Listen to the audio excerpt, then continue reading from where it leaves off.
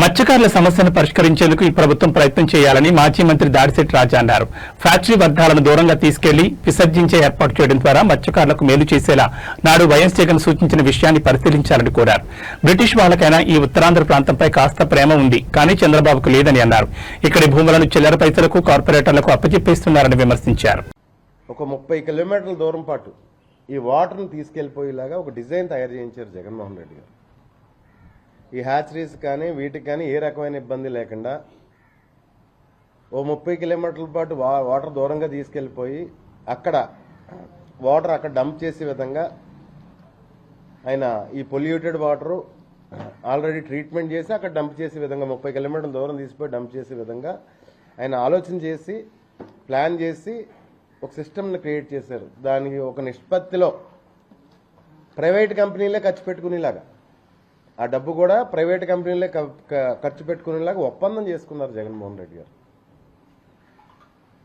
దయచేసి ఒక్కసారి వెనక్కి వెళ్ళి అవన్నీ చూసుకుని మీరు జగన్మోహన్ రెడ్డి గారు ఏదైతే చేశారో కొన్ని సర్వేలు కూడా ఆ రికార్డ్స్ అన్నీ తెప్పించుకుని ఇదే ప్రైవేట్ కంపెనీలతో మీరు ఇన్వెస్ట్ చేయించి ఆ పైప్ లైన్ వేయించి 30 కిలోమీటర్ల దూరం పట్టుకెళ్ళిపోతే అక్కడ సమస్య సాల్వ్ అయిపోద్ది, ఆ మత్స్యకారులకు ఉన్న సమస్య సాల్వ్ అయిపోద్ది.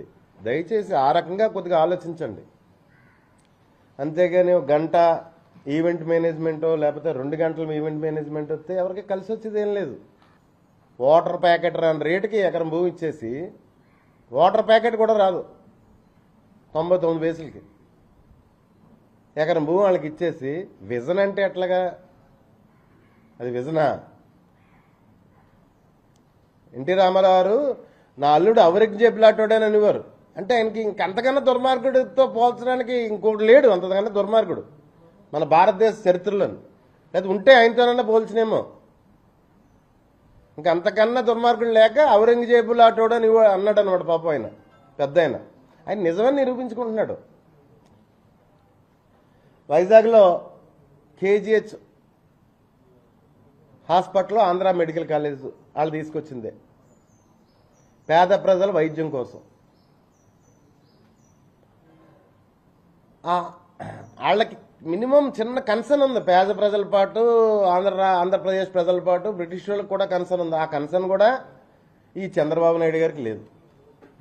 జగన్మోహన్ రెడ్డి గారు ఏదైతే పేద బడుగు బలహీన వర్గాల కోసం తెచ్చిన ఈ మెడికల్ కాలేజీలన్నీ 100 రూపాయలకి ఎకరం 100 రూపాయలు చొప్పున 66 సంవత్సరాలు 33 + 33 66 సంవత్సరాలకి కట్టబెట్టేస్తున్నాడు.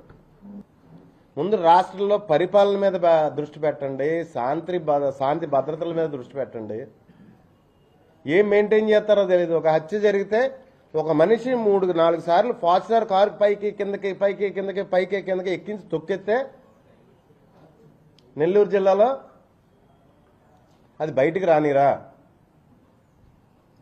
ఏ మీడియాలోని బయటికి రానిరు, అణగదొక్కేస్తారు.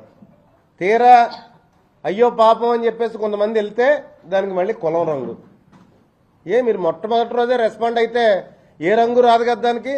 మీ డ్యూటీ మీరు చేస్తేనే అయ్యో పాపం వెళ్ళిన వాళ్ళ మీద మళ్ళీ కులం రంగు, రాజకీయ రంగు.